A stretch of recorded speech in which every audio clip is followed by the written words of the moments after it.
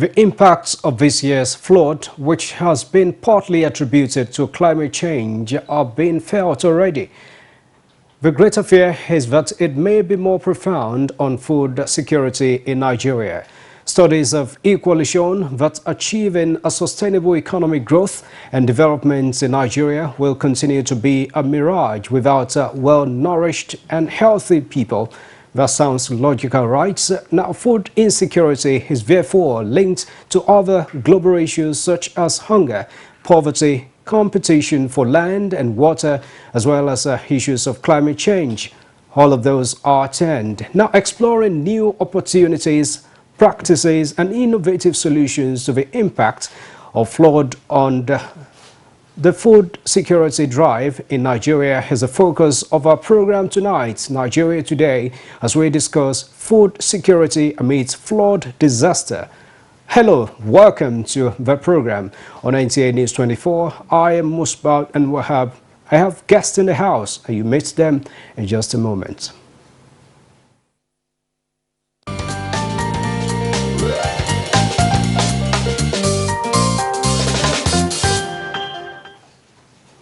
Thanks a lot for staying tuned in. We're looking at how to navigate the challenging impact of flood on food security in Nigeria. And I have joining us in the studio, Kabiru Ibrahim is a member of Trustees National Agriculture Foundation of Nigeria. Thanks a lot for joining us. Thank you very much for having me. Great. Now also in the studio with us is Professor Abigail Jirigi, an agriculture economist at the Federal University of Technology, Minna. That's Niger State. How is it coming in from Niger? Good. Okay. I hope the road, okay, from Minna to Abuja is well okay. Looking at other parts of Niger State. Now, let me start with Mr. Kabiru Ibrahim. We want to gauge the magnitude of the situation we have at hand. IMF has spoken to that fact, and Nigeria's government is also seeing it looming, talking about the impact of flood on food security. How enormous is this looming crisis? Honestly, it's very scary. Really? Because, you know, flooding is coming after we have had COVID-19, a lot of insecurity, and so many other shocks. So the flooding is only compounding the issue. But that is quite telling on an economy that is also weak. The bane of production generally has been lack of implementation of policies. The policies are very lofty. Right. We came from agriculture promotion policy, and then now we just launched NATIP, the National Agriculture Technology and Innovation Policy. It came in August. We did the National Council on Agriculture in Jos in September.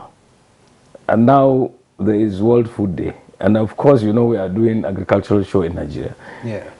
For all intents and purposes, these things are becoming cliche. We are even doing these things because they are like a tradition. But we should not have time, we should not be able to do any of these things if we are realistically appraising our situation. In fact, we need a task force on food. You know, our reserve has little or nothing. Last year, during the 61st anniversary, you know, the president said we should resuscitate NAFRA. That is the National Food Reserve Agency. It has not been done. It was not even mentioned during this year's anniversary. You also know that the food system globally is impaired. In fact, if you recall, in September last year, the UN Secretary General convened a conference, a global conference on the food system. All the food systems in the world need invigoration. And you know that in Africa recently, between the 5th and 9th of last month, we all converged in Rwanda to look at the Agriculture Green Revolution Forum. So our minister was there, Minister for Agriculture. The former president was there. Other countries sent sitting presidents, ministers, prime ministers and all that, because the situation in all of Africa is severe. So we have to work here to be able to bring about food sufficiency. Of course, food security is even a tall order in the circumstances. All right, you talked about the ideas we have, the policies, the programs in place. You mentioned the agriculture promotion policy. What would you say happened to those policies? Why were they not implemented? We should not be running from pillar to pole at a time like this when it's just a one-off situation. Now we are afraid that next year we might not have enough to eat. The reality of this is that when the APP came about in 2015, Right. it was quite good. We had a sitting minister who was, or who is a farmer. He was my member when I was president of Poultry Association of Nigeria. As a matter of fact, we were the people who sat in Nerils in Zaria to give this government an agenda, because the president in his electioneering campaign kept talking about bringing back the glory of agriculture. Yeah. So we brainstormed in Nerils, IAR, and we came here. We came to the foundation, and added flesh to our discussions and our conclusions in Zaria, and then we convened a workshop in Eradua Center and invited the just appointed minister, Audu Obe. He came in. We invited people like Obasanjo and the rest, but Obasanjo couldn't come. He sent his longest serving Minister of Agriculture, Malam Adam Bello. Right. We were all there. So what was the outcome of that? The outcome was the APP, Agriculture Promotion Policy. It was launched, and the vice president represented the president. I am talking about this because the CBN keyed into it and came up with the Ankoboroa program. It was launched in Building Kebbi, in Kebbi State. We escorted the president there. The CBN gave me a lift in the aircraft, and I was one of the people that escorted the president. There, the program was launched with 2.6 billion for both wheat and rice. Along the line, the issue of wheat was jettisoned. So and before you knew it, yes, before you knew it, the investment in rice was over 14-point-something billion in Kebbi State. Unfortunately, the CBN did not really reach the real farmers, because I don't know how they evolved the critical mass that they were using. Because you see, in Afan, if you say you are a farmer, we have to know where your farm is, because we are present in 774 local governments. If you say you have a farm in Faskari, where I come from, people in Faskari would know the land. Something about you. And because we have leadership even at the ward level, our leaders will know where your farm is. So if you take money in the name of producing rice and you give the location, we would know whether rice thrives there or not. So you see, till today, you find that the CBN involvement in Anko Borowa is in the region of 900 billion, 900 and something billion. It's there, it's in the public domain.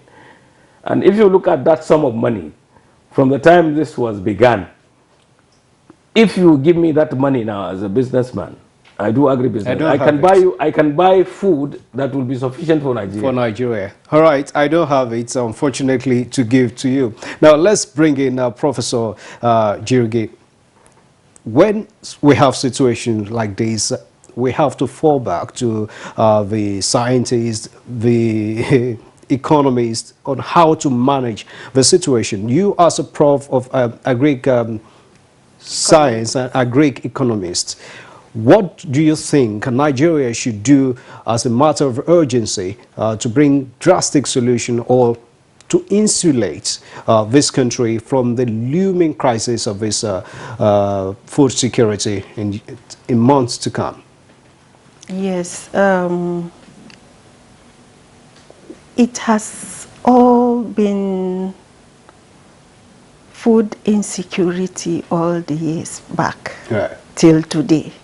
And I want to believe that the government has the ability and the capacity to pull its citizens out of food insecurity. We can be self-sufficient in food production. Now, we only need, like Alhaji has said, we need that political will, considering the fact that there was a huge investment by CBN in rice production and of course other crops. There is need for the government to strengthen the relevant institutions. Right. We know that there was the coming in of NISA to de-risk the risk that farmers, have been talking about in agricultural production. Now, we need to develop innovations in agriculture, beyond just doing agriculture in the traditional way. We have to move into smart agriculture.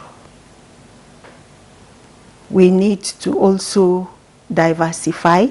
Okay. The farmers should be sensitized on diversification and then taking advantage of, if farmers are in flooded areas, No. there is need to take advantage of irrigation. It is obvious that if the floods continue, the rain-fed agriculture will no longer be sustainable. Yeah. And hence we need to go back to irrigation. Right, you want the farmers to diversify to where and to what? Yes, they have to, there is need to develop early maturing crops, varieties of crops, and then there is need also to launch into other forms of agribusinesses other than just farming using the rain-fed system. Now you can intercrop, you can plant early maturing varieties of crops, you can also intensify on using aquaponics, hydroponics, other forms of farming. You see, in other countries, they even plant on the roofs, on top of roofs. So there are those technologies that we need to explore as a country. And I want to also stress that there is need for strengthening the research institutes that we have and the universities. We have them, specialized universities of agriculture and technology, so that we can advance in smart agriculture. We can engage in smart agriculture. We can do other forms of agriculture using technologies rather than the traditional Right, Prof, methods. I agree with you. These are areas that we should be looking towards irrigation and then smart farming, like she suggested. Now, Halaji Kabiru, apart from this smart agriculture, as a farmer, what do you think the farmer should do at this moment now to start looking ahead to ensure that we don't really feel this impact of this looming crisis? But let's quickly take a break and then we'll come back to talk more. This is Nigeria Today, and we're looking at the looming crisis on food security occasioned by the flood we have in Nigeria. We'll be back in just a moment. This is NTA News 24 broadcasting from Abuja. You can watch us anywhere, anytime on the following platforms. Start Times Channel 101, Freak TV Channel 703, GSTV Channel 419, and Go TV Channel 46. For more information, log on to our website www.nta.ng or join us on our social media handles, Facebook at NTA News 24. For comments, suggestions and inquiries, send an email to news24@nta.gov.ng or call us on the following numbers. NTA News 24, news and more news.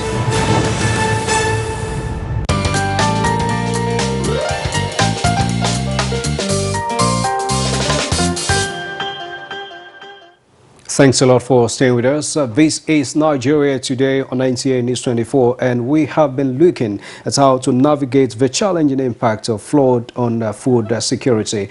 Alhaji Kabir Ibrahim with me now. Prof talked about smart farming and irrigation. Yet we know in Nigeria the situation is some farmers looking at how to maximize their gains to farm and then sell to international marketers and all of that. How do we control all of this to ensure that within Nigeria we have enough adequate food to eat before even looking at outside? Well, you see, Prof has mentioned a number of ways and means to enhance our agricultural production. You see, climate smart agriculture means the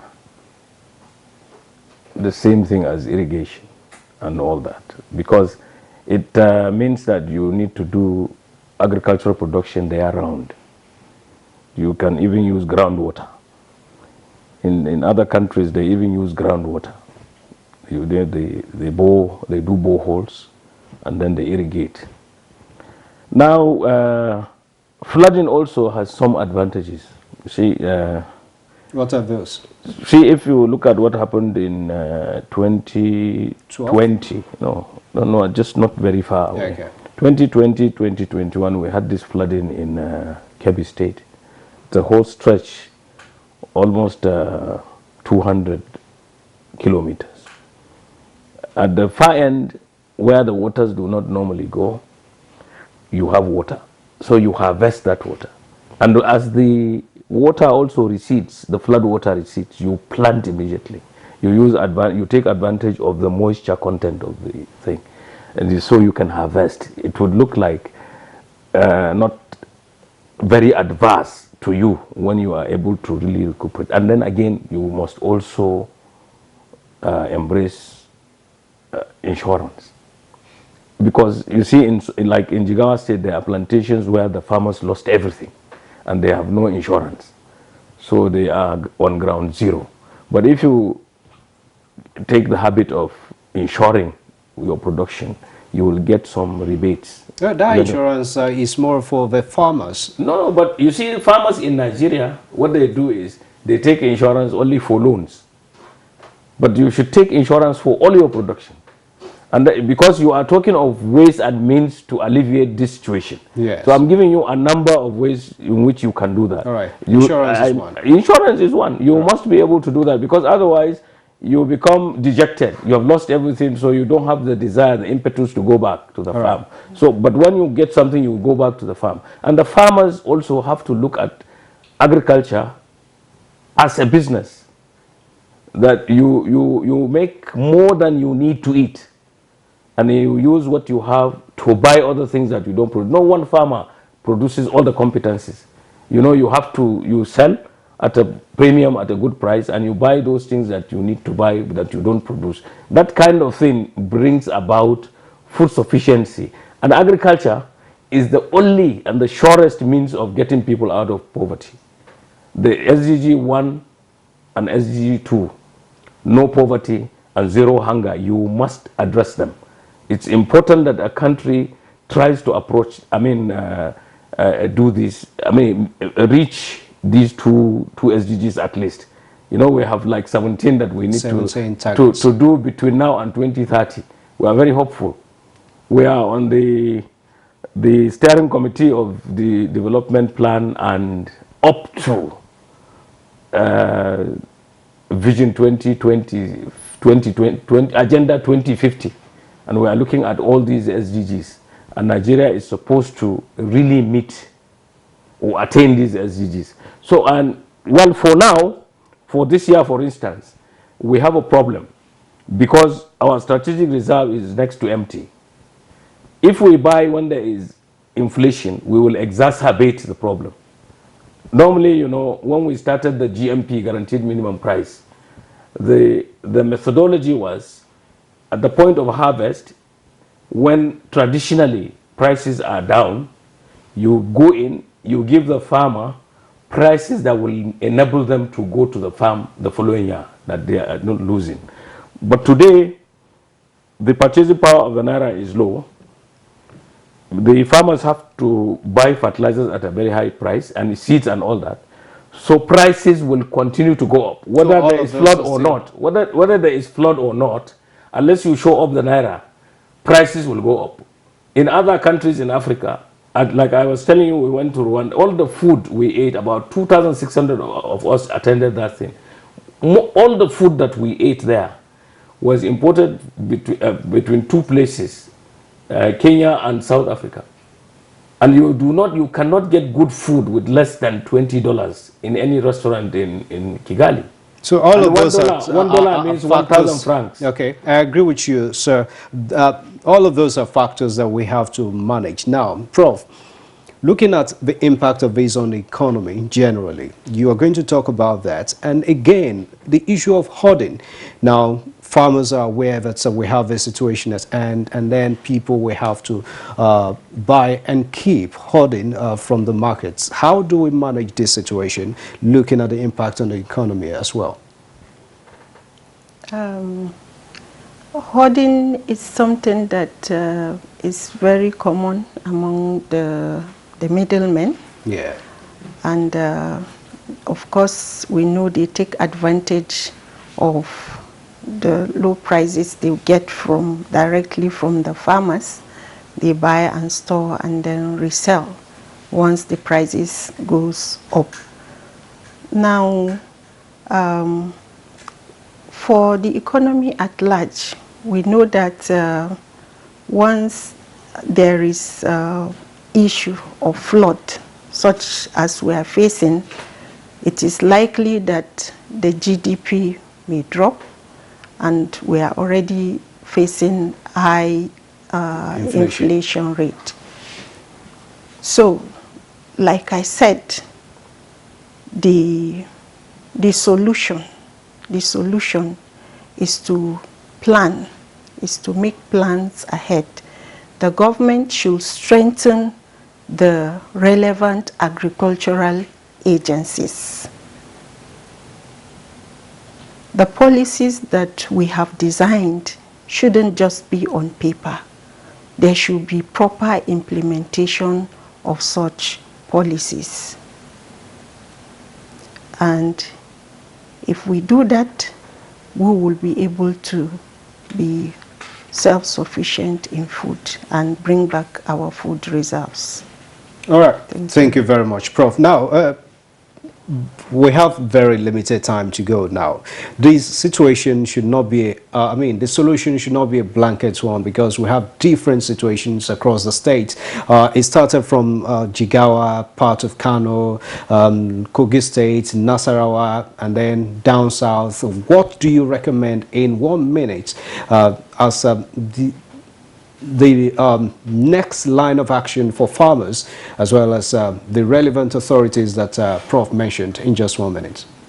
Well, I think we are in a catch-22 situation. If you go into the market to buy, there is no, every country in the world is on its own.